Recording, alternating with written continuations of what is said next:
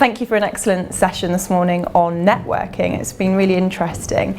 What would you say is the main reason that you think estate agents should be networking? Well, it's a competitive industry, and nobody can afford to be anonymous these days. So you think, well, how do we raise our profile? How do we stand out? There's lots of estate agents out there, and it's predatory as well. So by that I mean that there's not enough customers, clients to go around. So how are you going to get the business? How are you going to get people to choose you? Now, networking is great because you're building relationships, you're getting on the radars of the right people. So hopefully when somebody needs what you do, you're the first person that comes to mind, and networking gives you that. Yes, and what would you say are the sort of key attributes of a good networker? What I found over the years is that there are different kinds of good networkers. So back in the day, I thought the great networkers were the great schmoozers. They could walk into a room and light up a room. They were oodles of charisma and everybody loved them. But really, a lot of estate agents, particularly, they're quite introverted. That's not their style.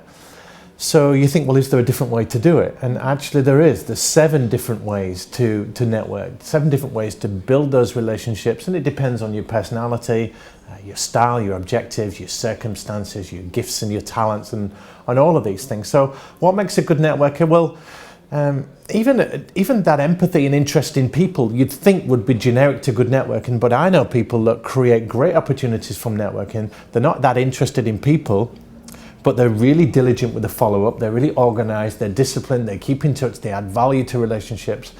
So it's a composite of a few things. You've got to be able to ask the right questions. You've got to be able to listen well to the right answers, create opportunities, be strategic in going to the right events and networking in the right places. Being structured enough to follow up and keep in touch with people and adding value. Also mastering technology, because these days we're managing bigger and bigger networks. It's not just the people in our locale, there's a wider network, there's the online networks as well. So using all of those tools at our disposal, all of these things go together to make a great networker. But I guess the number one thing is do it intentionally, do it deliberately, do it on purpose, have a plan. Once you can work to some kind of a plan or strategy that plays to your strengths, you're going to get much better results. And what would a good networking event look like? I mean, would it be walking away with a certain amount of business cards, with a signed up deal, or what would a good networking exposure look like?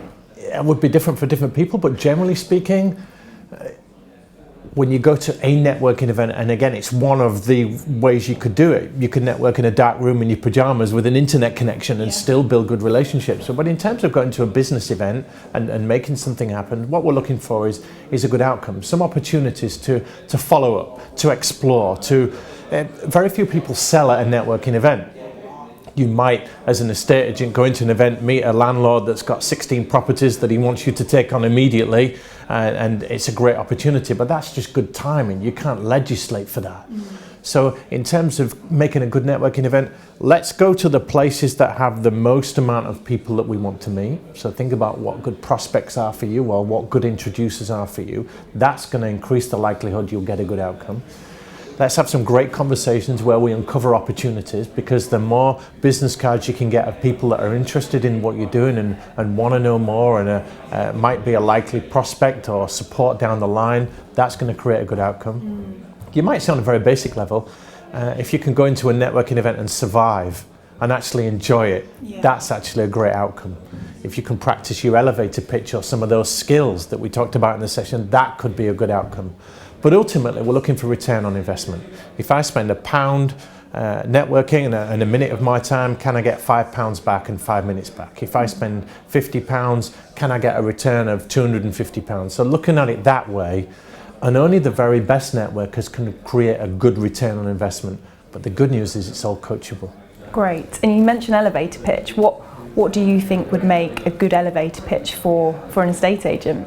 Yeah, it's that, for people that don't know, the elevator pitch is that answer to the what do you do question.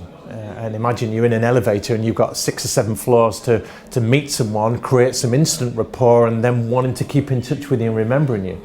And estate agents don't do it very well.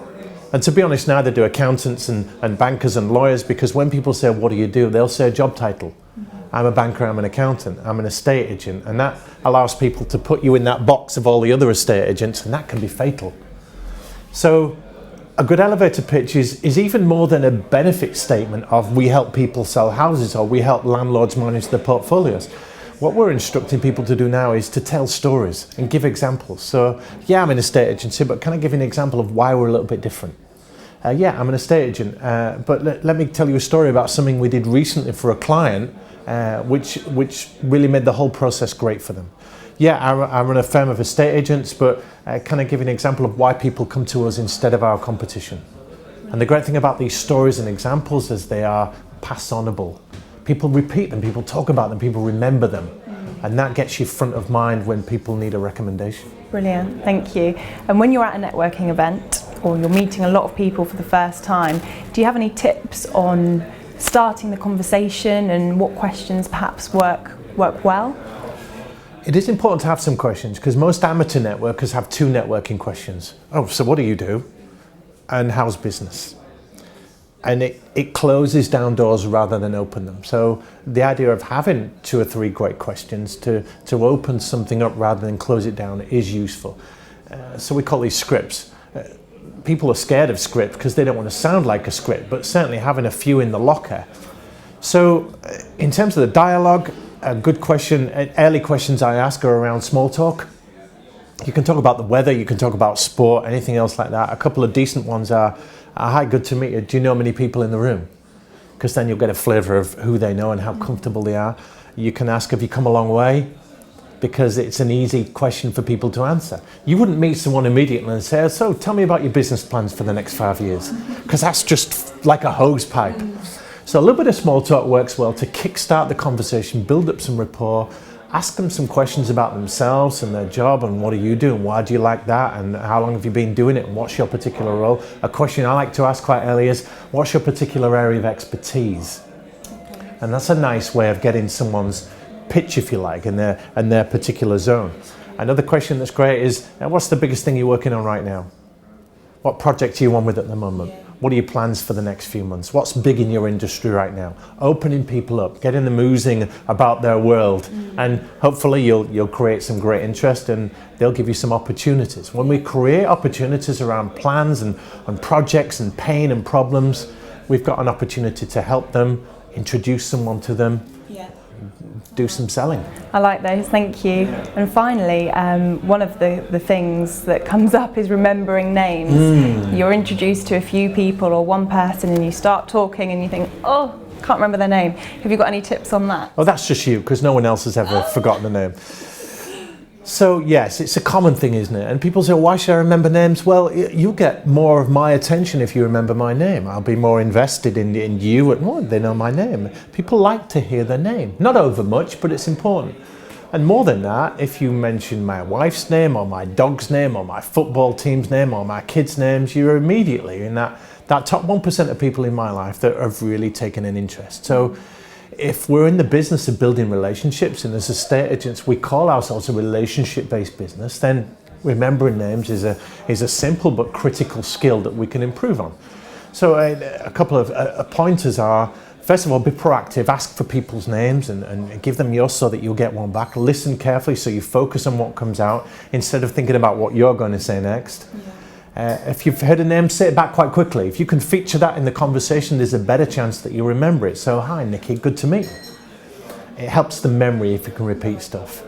But also it's a skill. If we look at remembering names as a skill, a muscle, you can train it to get bigger, faster, stronger. The more you're intentional with remembering names, the better you'll get. And you will build trust faster, empathy, rapport faster. You'll get better results from your relationships and your networking. Brilliant. Thank you very much.